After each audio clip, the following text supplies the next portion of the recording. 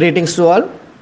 SChemCon 2022, organized by Department of Chemical Engineering, National Institute of Technology and ISHE Hyderabad Regional Center, welcomes scientist Mahima Pratap Mishra, Deputy General Manager, New Uranium Oxide Plant, Nuclear Fuel Complex, Department of Atomic Energy, Government of India, Hyderabad, to deliver his invited talk on technological advancements in uranium dioxide powder production for PHWR fuel fabrication. Over to you, sir. So today's my topic is technological advancements in UO2 powder production for PHWR fuel fabrication. So the nuclear fuel complex Hyderabad is responsible in the Department of Atomic Energy to supply uranium oxide fuel bundle for all the reactors in India. So my presentation will include introduction, basics of nuclear energy, three-stage nuclear power program, nuclear fuel cycle, nuclear energy in India, UO2 powder production process, technological advancements and automation. If we see the first bar graph, per capita electricity generation worldwide, in North America it is 12,000 kilowatt hour per annum, whereas in India it is 640. Ours is very less. And in the right side bar graph, if we see the same amount of energy generation, where uranium needs only 1 ton, here coal requirement is 70 tons.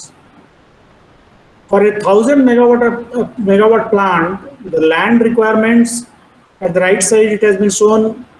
For fossil and nuclear energy, it is 1 to 4 kilometers square, whereas solar, thermal, or photovoltaic parks, it requires 20 to 50 kilometers square.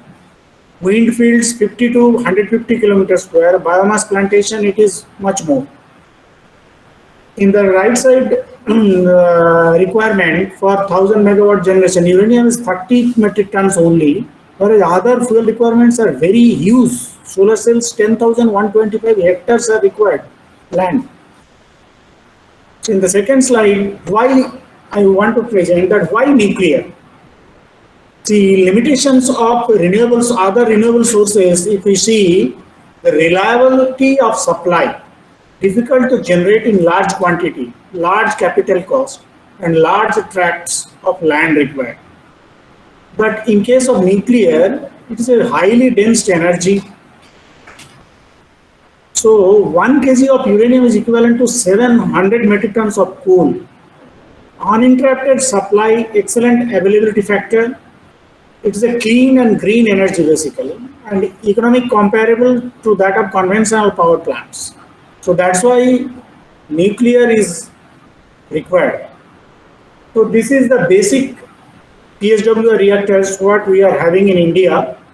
It's just one schematic picture it has been given, where fuel rod is here, then it is cladded in Jarkala, and like that fuel pins are made and bundles will be put into the coolant channels. Then during fission reactions, whatever energy will be reverted, that will be exchanged in the heavy water, and that heavy water will be exchange this energy to the normal water to generate steam, and from the steam that will go to the steam turbine, and finally nuclear power will be generated. So the whole thing is in concrete shielding. So you can see the right side pictures, the nuclear reactors configurations of or PHW, conventional PHWR. So Dr. Bhaumi Bhabha has envisaged during that time for Indian three-stage nuclear power program.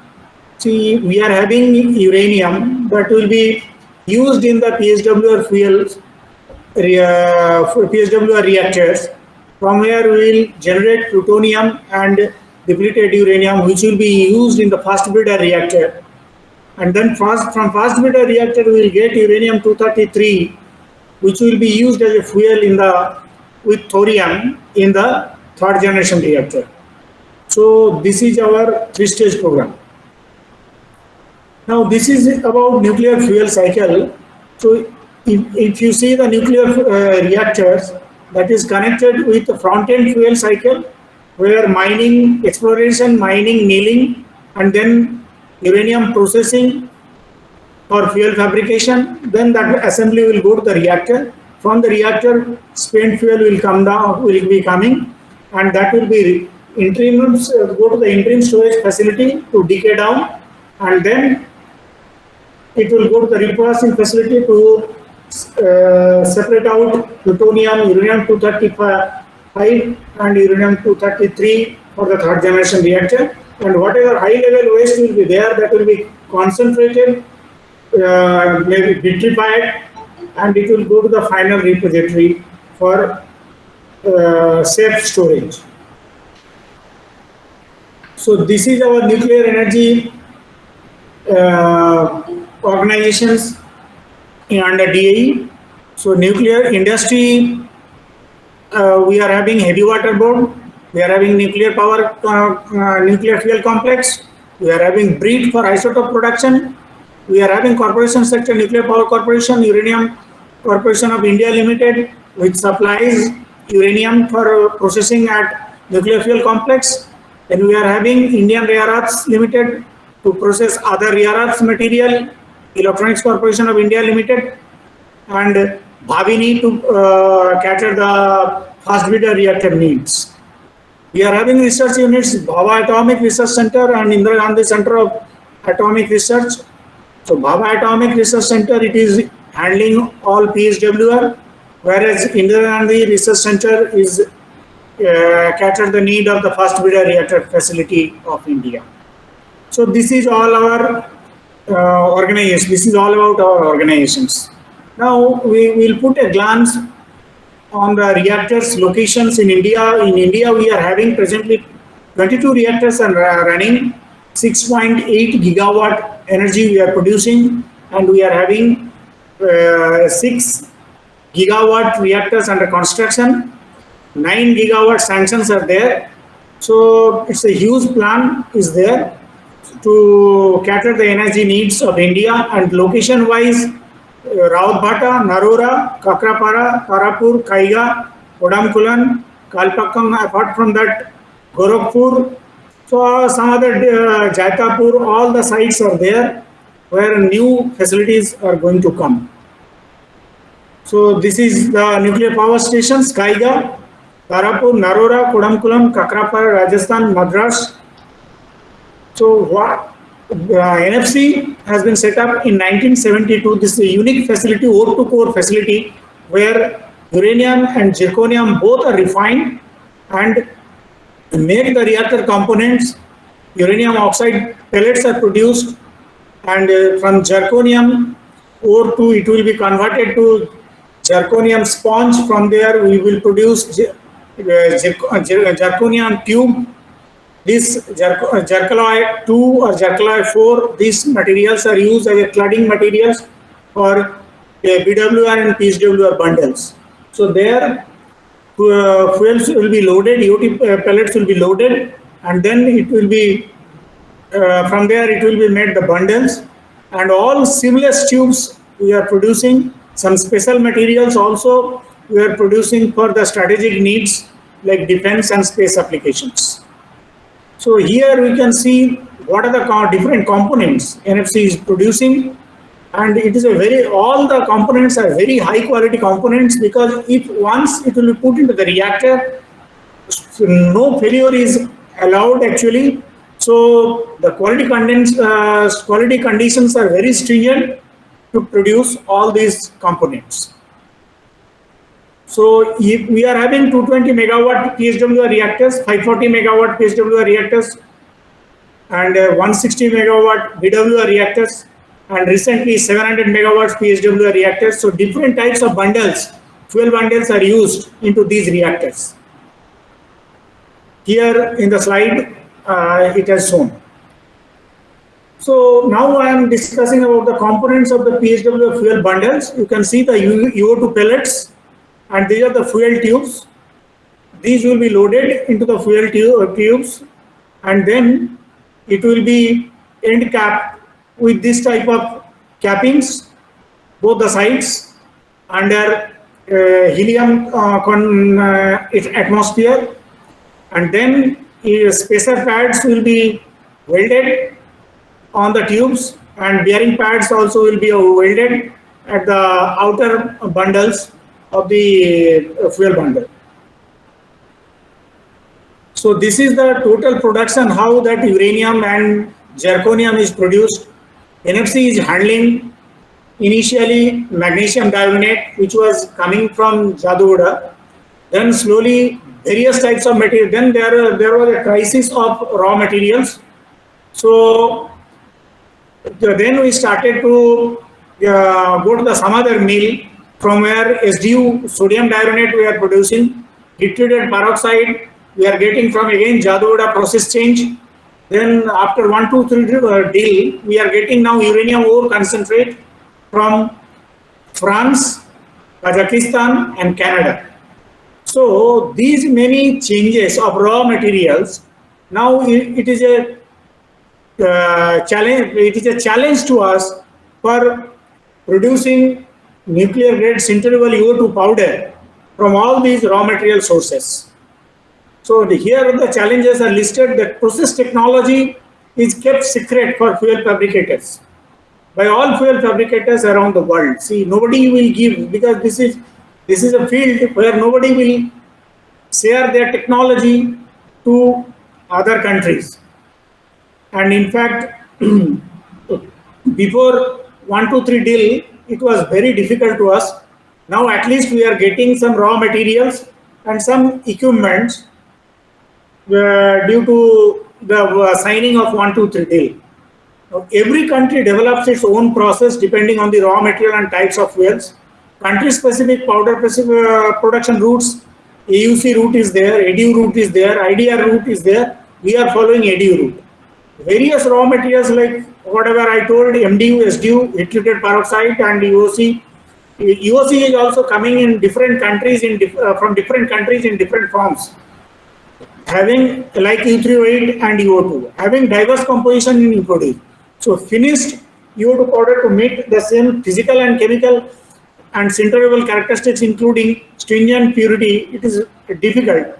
So we have done a lot of process modifications, interdependency on various process parameters influencing the sinterability of UO2 powder. Actually, in reactor, we need very high density and stringent pellet integrity. Otherwise, that is the requirement of the reactor. If any fuel failure happens, then it will be a problem. Then highest density we need, because see, the theoretical density of UO2 is 10.96 grams per cc. We have to produce in the range of 10.45 grams to 10.75 grams. That is the requirement of the reactors. If it is less, then it will create problems in the reactor operations. Adoption of new and efficient technology in the production, automation and mechanization for increasing the productivity, reliability and safety. So these are the different raw materials, chemical structures. If you see the composition of the different raw materials, see UOC is having uranium concentration 84.6 to 84.8.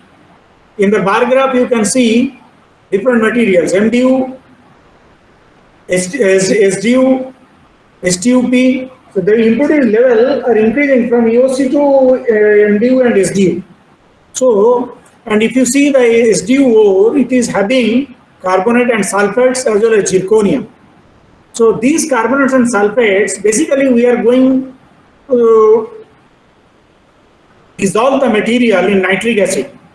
You see the production flow sheet, nitric acid, when it is dissolved, it will generate enormous quantity of NOx in case of UOC, because it is U3O8 and UO2 where oxidation reaction takes place.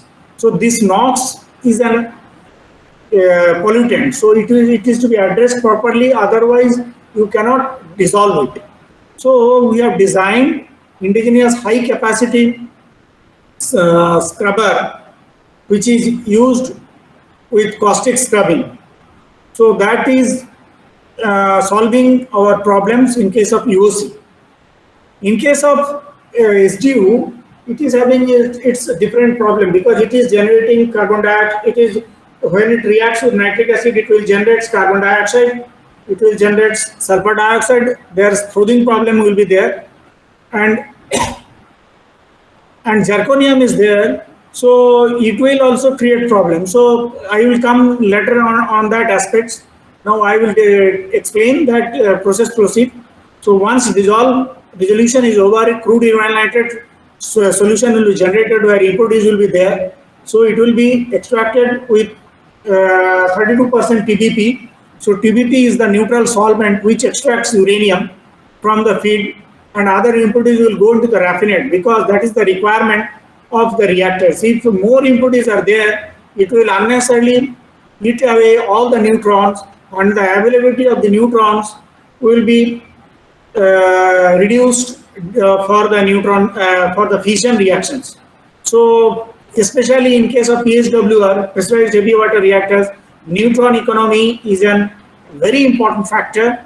So there, and the impurities which are having large number of neutron absorption cross section like boron, gadolinium, cadmium, dysprosium. So that is the vital important, and other impurities like iron, silica, calcium, all these things also are to be removed because it will create problem during pelletizing processing where sintering is required to densify the green pellets.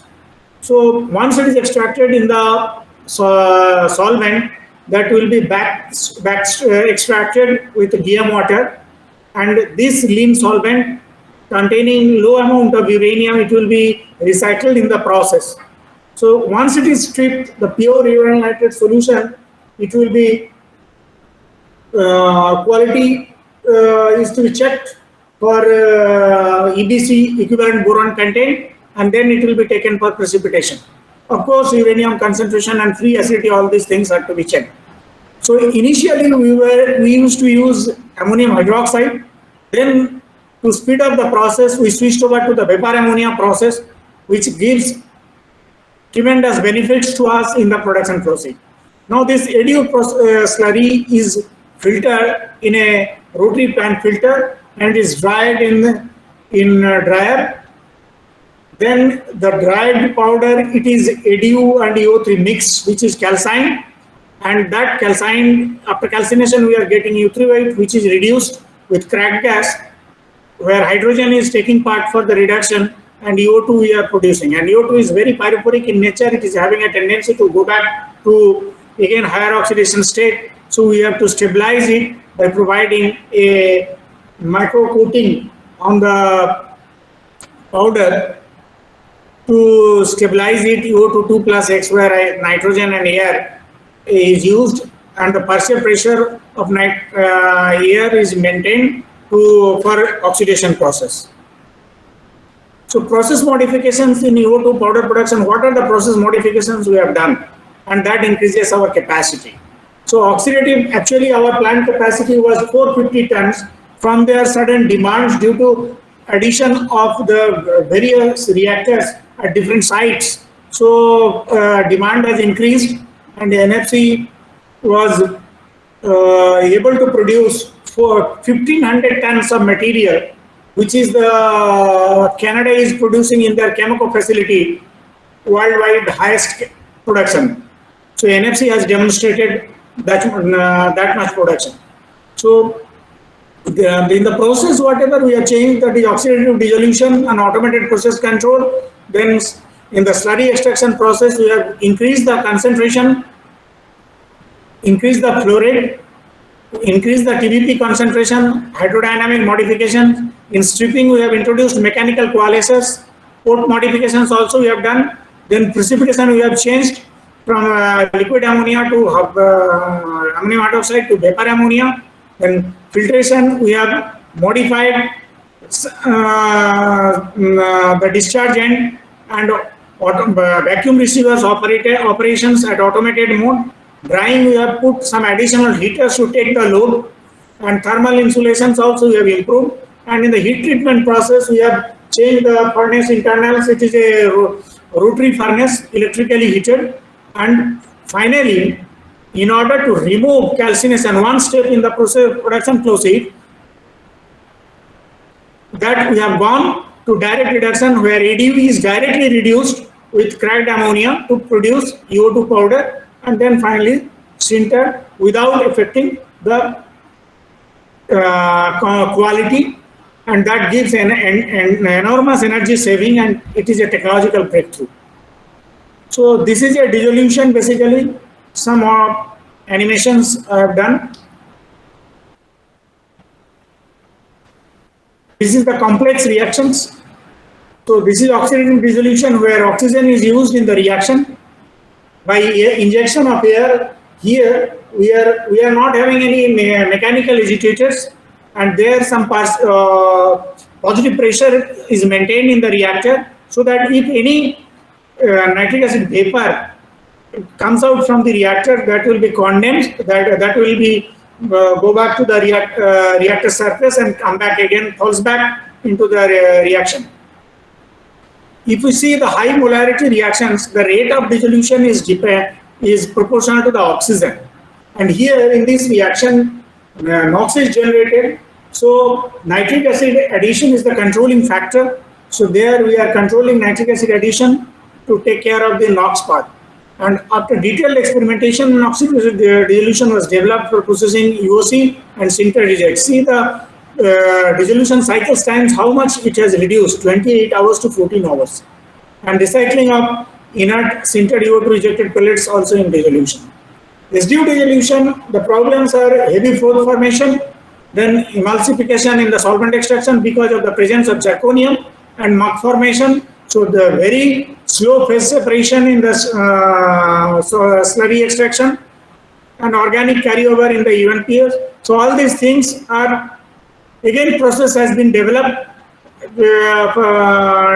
by adding trisodium phosphate in the initial phase, and afterwards that was changed with phosphoric acid to suppress the zirconium. So zirconium phosphate is produced a traces amount, and which helps to promote the phase separation process.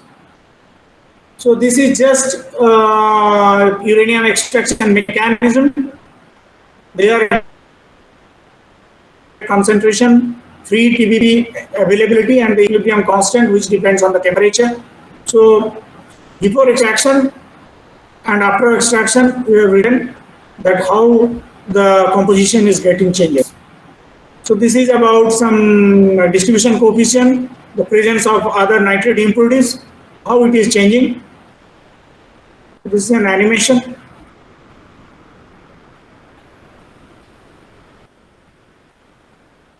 So interface, from interface to TBP, and these are uranyl nitrate, which is complexed, and it is going to the organic phase. So this is our slurry extractor, which is developed indigenously in nuclear fuel complex. Because see, our MDU, whatever we were using, it was having lot of silica material. So normal boxer mixer settler, box type mixer settler cannot be used without filtration of the crude uranyl nitrate solution. So this unit will take care up to 10% solids. So here crude uranyl nitrate containing solids are coming, and the organic is coming from here, and it is getting mixed with air, and it is airlifted, then disengaged air, and then mixed phase is coming into the settler. There is a phase separation. Aqueous is going to the next stage. Organic is coming to the previous stage. So this is basically a countercurrent phenomena, and this is the final end settler, where from UNR is coming out and extract is coming out from here. So this is about one. We are having 10 stages in slurry extractor. So these are the benefits, where we are increasing uranium concentration, then flow rate, Then organic flow rate also we have changed. Percentage of TBP also changed. Percentage of saturation also has increased. Room and temperature of feed also we have increased. All these things together has increased our production capacity. This is a basic material balance equation. From here we can get the operating line in the Mercalli diagram. Initially we were here. Now we are here. Now we are reaches to here. So our stage efficiency also improved. In the back extraction where back mixing takes place normally, so there we have introduced mechanical coalescers. That coalescers are used to accelerate the merging of the droplets and accelerating the settling rate and thereby increasing the capacity of the settler. What happens? Our slurry extraction capacity is increased, but the capacity of the box type mixer settler, it remains same. So here when we increase the flow rate, turbulency has increased, back mixing increases. So we have to laminarize the flow by splitting into channels by introducing the coalescer principles. So in the next slide, I am showing how it was the mixing. Then because of the introduction of the mixer coalescers, it has changed. The organic and aqueous are separating in a better way. Back mixing is reduced. So this is the mechanical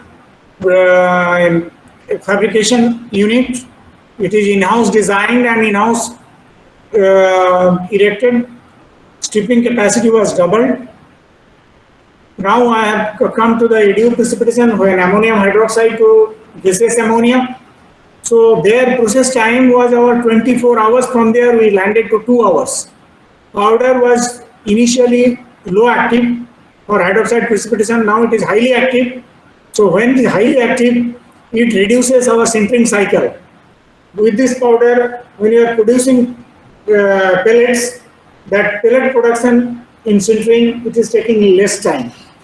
Since we are using vapor ammonia, our effluent generation has also reduced without compromising the size distribution and morphology of the powder and sinter density. Visually, integrity and sintering cycle, all these things are improved actually. So this is the equilibrium precipitation, means whatever rate of addition of ammonia into the pure uranyl nitrate solution, the same thing has to be consumed in the reactions.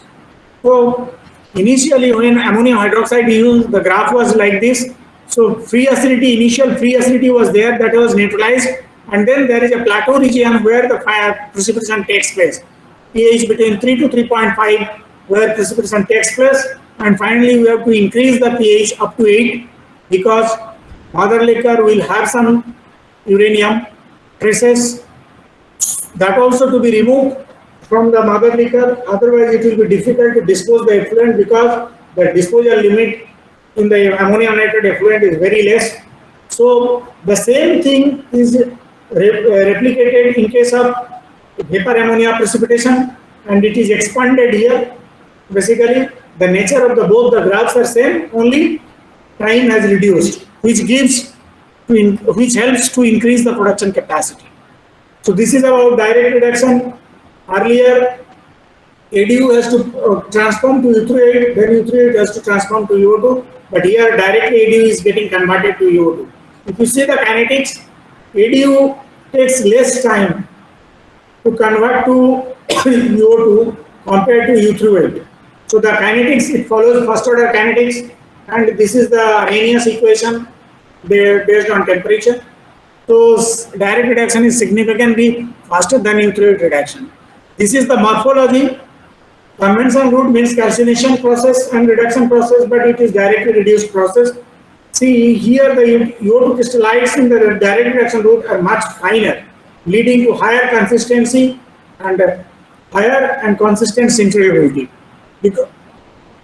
So here you can see that there is no change with respect to microstructure in the sintered pellets, remains unchanged, but the conventional route, here the density fluctuations was like this, whereas in case of direct reduction route, it is much more skewed, means within the narrow range, it is, we are able to produce it.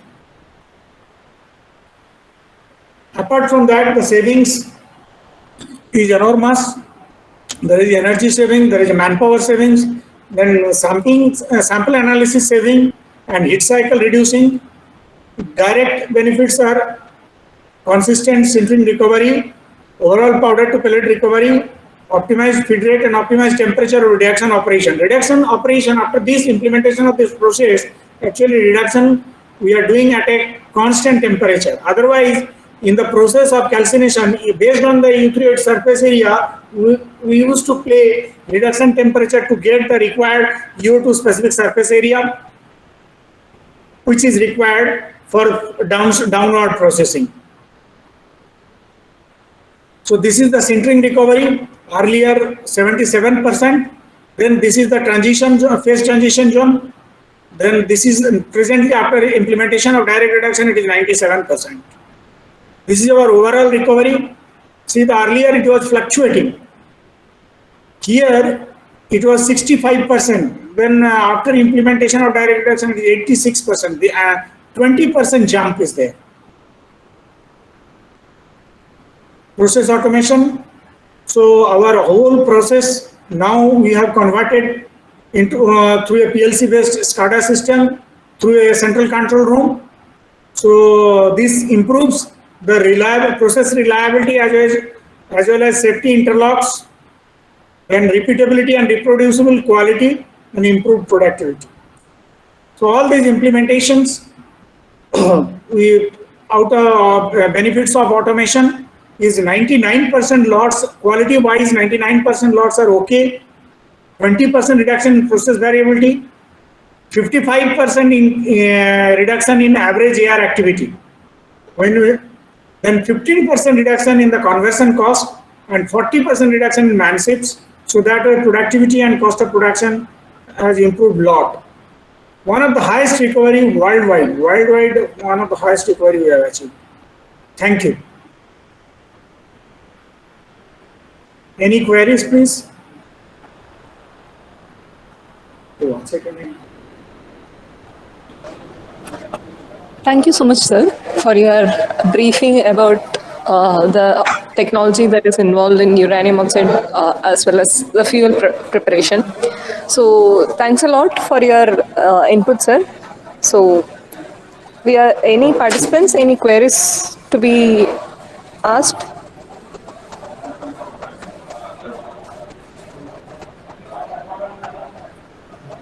I think there is no further queries, sir. So thank you so much. Okay, thank you.